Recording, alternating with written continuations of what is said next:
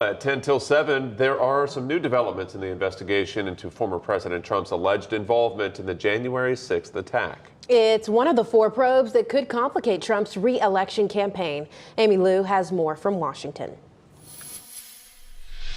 Well, former Vice President Mike Pence says he will not appeal a judge's order to testify in the January 6th investigation, adding another legal headache for former President Donald Trump and his 2024 bid for the White House. They can't beat us at the ballot box, so they try and beat us through the law. In his 2024 campaign for the presidency, another legal battle could be brewing for former President Donald Trump. A spokesperson for his previous second-in-command, former VP Mike Pence, says he will not appeal an order to testify in the January 6th investigation. While this might not be the best thing for him legally, this is a very good thing for him politically. Even most Republican challengers are backing Trump, calling the investigations political persecution. And based on the case against him in New York, our partners at factcheck.org found there's nothing in the Constitution to disqualify his bid. There is nothing that would prevent him from not only running for office if convicted, but serving if he is convicted and if he is in prison. Though Pence won't appeal the order from the judge to testify in the January 6th investigation, Trump and his lawyers still might. They previously objected the subpoena on executive privilege grounds, which a judge ultimately rejected. In Washington, I'm Amy Lou. Meanwhile, Democrat Robert F. Kennedy Jr. has filed paperwork with the Federal Election Commission to run for president in 2024. His filing comes after Kennedy kickstarted a fundraising campaign last month in the effort to decide whether or not he wanted to run. Now, the nephew of former President John F. Kennedy and the son of Robert F. Kennedy has been an author and prominent environmental lawyer. In recent years, Kennedy has become a prominent voice in the anti-vaccination movement.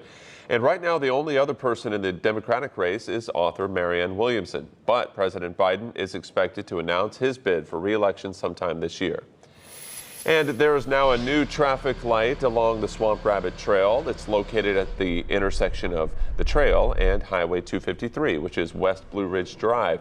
Bike Walk Greenville has been advocating for this light at this spot for years, and it says the intersection is a dangerous place. Trail users will now have the option to press the button and wait for the signal to get across the highway safely. New restaurants and stores are coming to Haywood Mall. The mall says Brazilian Steakhouse Texas de Brazil is coming this fall. So will Mrs. Fields Gourmet Cookies. Now, Mochi Me, specializing in fresh mochi and donuts, that will open this spring next to Cocoa Bowls. As far as new stores, expect Video Game World this spring, Tempur-Pedic mattresses this summer, and Clothing Store Garage in the winter. Okay, children and adults across Anderson County competed in this year's Spring Games for Special Olympics. It's been 3 years since the games were held at Belton Honeypath High School, and organizers say athletes from all 5 school districts in Anderson County participated in track and field and fun zones as well. There was also a developmental area for athletes who don't compete in the traditional track and field events. We have almost 500 athletes from all around Anderson County, from all 5 school districts. And then we have volunteers from all 5 school districts. More than 300 volunteers helped out with this year's Spring Games. Wow.